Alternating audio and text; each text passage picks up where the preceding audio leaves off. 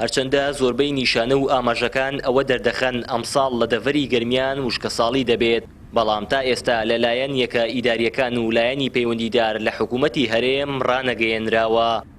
ڕێکخراوی ژینگە دۆستانیش داوا دەکەن وشکە ساڵی لە گەرمیان ڕابگەیەنرێت تاکو هەرچی زووە بۆ کەمکردنەوەی زەرەر و زیانەکانی ئامادەکاری بکرێت. بەڵێ بەپێی ئەو داتانێکا لە بەردەستمانە ئەمساڵ بێگومان وشکە ساڵەیە ئەبێ بە تایبەتی لە ناوڕاست و باشووری ئیدارەی گەرمیان ڕابگەیەنرێت کە ئەم ناوچانە تووشی وشکە ساڵی بوون، بەڵام بەداخەوە تا ئیساکە ڕانەگەیەنراوە چونکە ئەرکی دارایەکێتە سەر حکوومەت و حکوومەت ناوێت لە ئێستاکەوە خۆی بخاتە ژێری باری ئەرکی دارایی، بۆیە تا ئیساکە نەیتوانیەوە ڕای بگەیەنێت. هەندێک ڕێکارەیە بۆ نمونە ئەبێ یەکەم جار هەڵسەنگاندنێک بکرێت بۆ ئەو زیانانەی کە بەر ئەم سنوورە کەوتووە، لەگەڵ ئەوەیشا بودجێک بەپێی ئەو هەڵسەنگاندنە بودجێکی بۆ تەرخان بکرێت بۆ ئەوەی بتوانن تەعویزی ئەو جوتیارانە و خاوەن ئاژەڵانە بکەنەوە کە تووشی زیان بوونە. هەروەها ئەبێ ئیشی تر بکرێت بە تایبەتی لە گواستنەوەی ئاو بۆ ئەو ناوچانەی کە بێ ئاویە یان ئەو ناوچانەی کە ئاژەڵی کێوی لێیە لە ڕووی ژینگەوە بتوانن چارەسەری بکەن.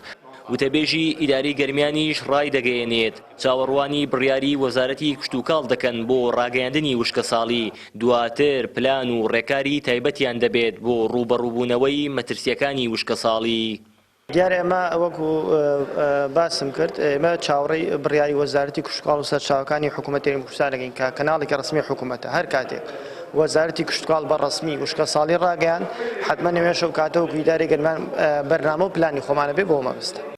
بەڕێوەبەری گشتی کشتوکاڵی گەرمیانیش لە ڕێگەی راپۆرت و نووسراوی فەرمیەوە ئەنجومەنی وەزیرانیان ئاگادار کردووەتەوە لەسەر هەڵدانی وشکە ساڵی و داوایان کردووە قەرەبووی جوتیاران بکرێتەوە.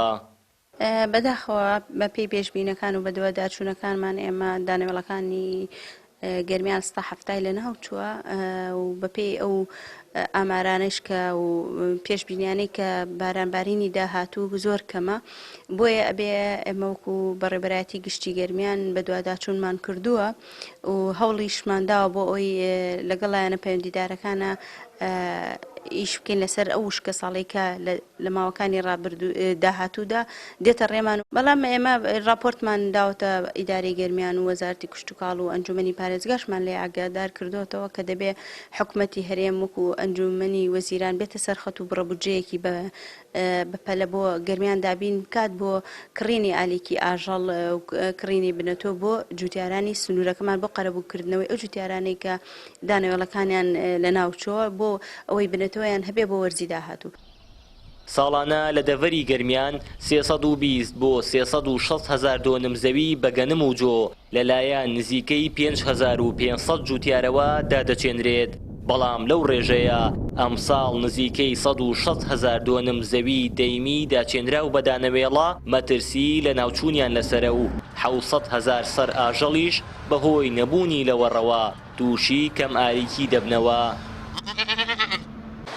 تەواوکردنی بەنداوەکان و دروستکردنی پرۆژەی ئاودێری و پاراستنی سەرچاوە ئاویەکان و دابینکردنی ئاو بۆ ئەو ناوچانەی تووشی بێ ئاوی دەبنەوە لە گرنگترین ڕێکارەکانە کە پێویستە حکوومەت بۆ کەمکردنەوەی زیانەکانی وشکە ساڵی بیگرێتە بار.